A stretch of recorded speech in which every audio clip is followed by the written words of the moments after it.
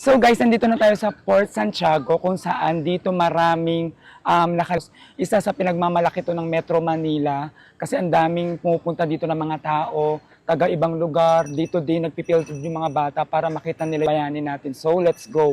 Titingnan natin ngayon guys kung magkano yung entrance na bago tayo pumasok doon kasi dati na entrance na binigay dito is 50 pesos, so hindi ko alam kung magkano. So since kasama namin si mother, kasama ko din yung mga estudyante ko pamangkin, hindi ko alam kung magkano yung discount nila. So alamin natin ngayon kung magkano. Let's go guys.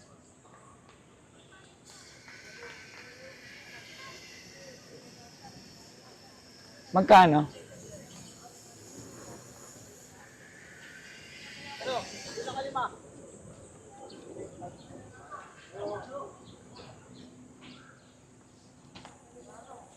So makikita nyo dito guys, yung regular na adult na papasok dito is 75 pesos. So kung senior ka 50 pesos, then kung student ka is 50 pesos. So since meron kaming dalawang student, isang senior, so makaka-discount kami. So 7 kami, hindi namin alam kung magkano yung pinaka-total na babayaran namin. So aalamin na lang natin kung magkano, ha? Yun lang guys, later na, bye-bye. Wala akong dalang ay.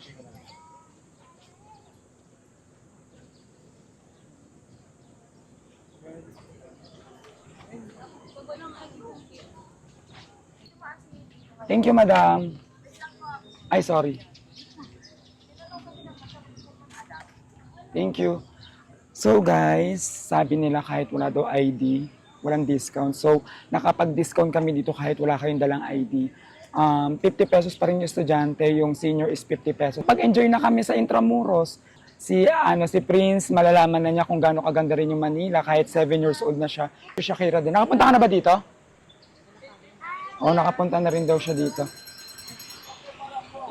After nyo doon guys, ibibigay nyo yung ticket dito para matatakan.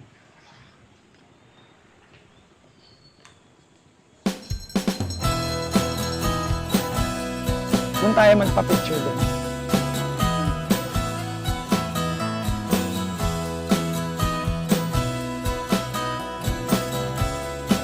Maganda magpa-picture dyan.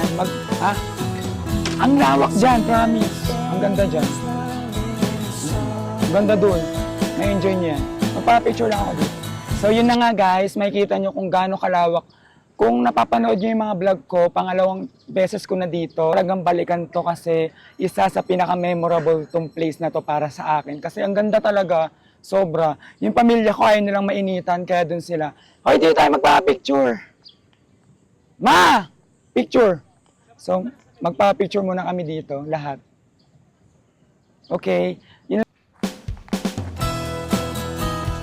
Guys, ito yung isa sa pinaka-iconic na pinagtitapingan ng Maria Clara at Ibarra. Dito sila nagtaping. Diyan yung eksena nung kay Barbie Fortes at saka kay David Licauco. Yan mismo yun. So kung makikita nyo, napakaganda ng place ngayon dito kasi wala masyadong tao. Pumunta kami dito na magtatanghali. Mainit nga lang pero worth it naman kasi ang ganda talaga ng place na.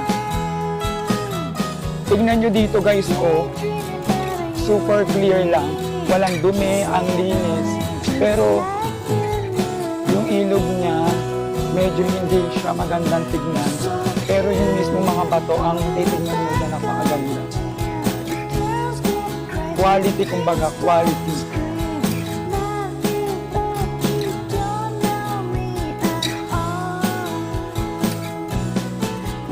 Parang ilang beses na ako pabalik-balik dito pero hindi pa rin ako nagsasawang tignan siya kasi napakaganda niya. So magpapapicture lang ako guys.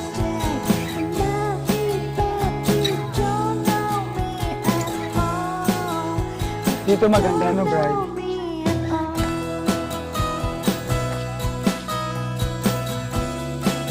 Sobrang ganda guys, wala kasi masyadong tao ngayon. Dito yung Plaza de Armas, so dito nakalagay yung mga armas talaga na central within the Port Santiago used as open space for military drills. Ano yan? Mark and Arms Monument to Jose Rizal National Hero Martyr erected on the site 1953.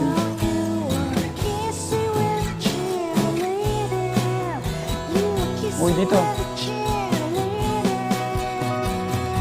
entrance mo 50 pesos lang pero may enjoy mo yung ganitong kagandang view. What a nice place. Pero nung pumasok tayo doon, aircon. Diba? May isang kwarto. Aba, may mangga pa dito. Dito naman guys is yung Raha Sulaiman Theater.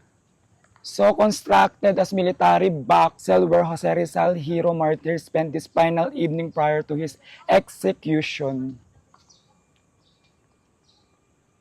Yan. So siguro guys, yung hindi pa to natitibag, sobrang ganda pa nito. So ngayon kasi hindi na siya ganun kaganda kasi ang dami ng natibag dito. Oh.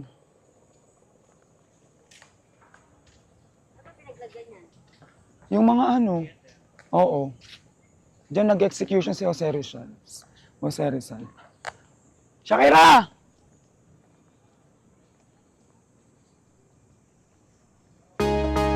Parang ang nangyayari ako nagtutur ka lamang.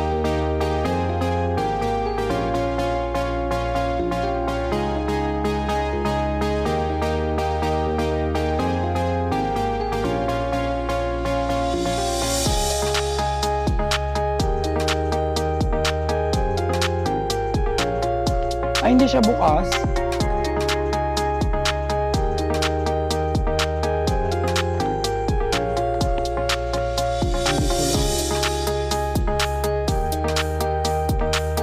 Maalam mo ba dito yung nilibing yung mga sundalong iba? Diyan, oh. The White Cross. So dito guys sa place na to, sabi lang nila, dito sa The White Cross, dito nilibing yung ibang mga sundalo.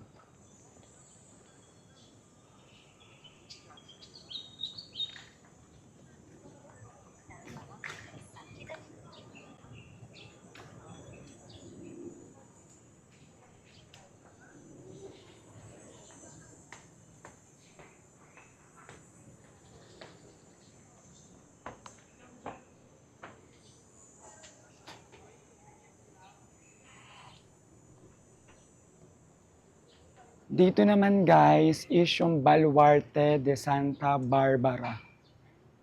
Dito yun.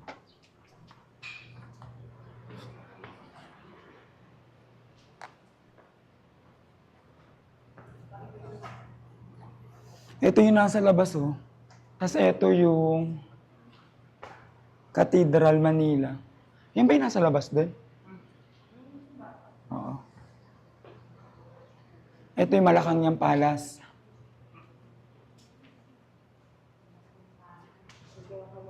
Iglesia de San Francisco. Ito naman yung Iglesia de Nuevo. Ganda nito, ang laki.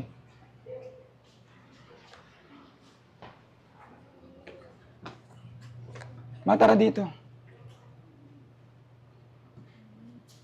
So, akit tayo dito.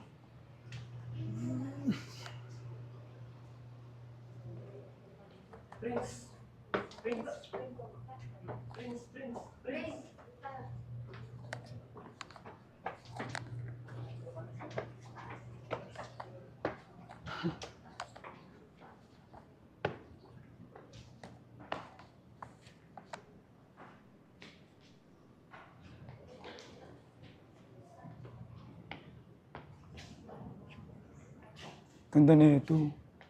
Ito yung jeep.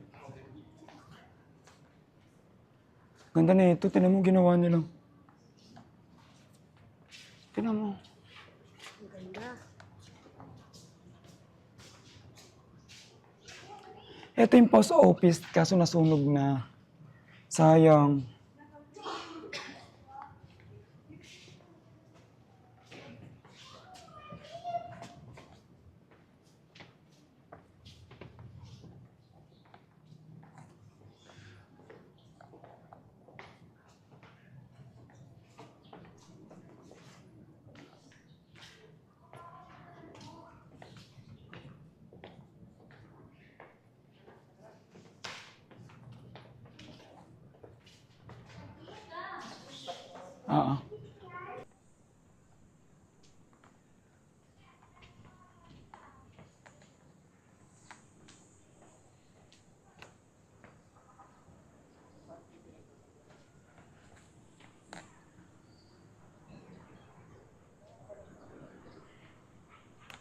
Pinagtataguan ng mga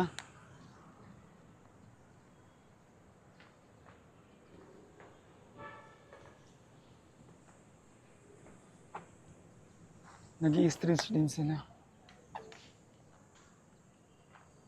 Mga nag-gold.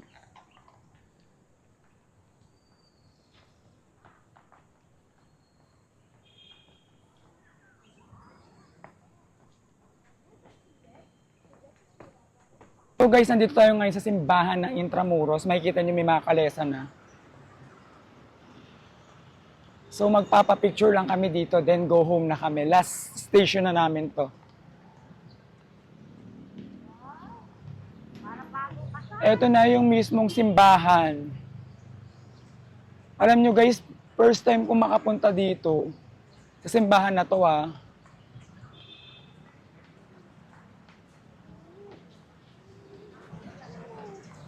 We need to take a picture. Tara na, magpa-picture na tayo dito.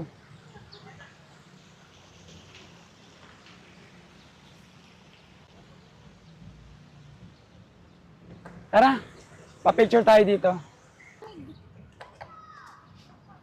So guys, papasok lang tayo sa simbahan at magpapasalamat tayo sa lahat.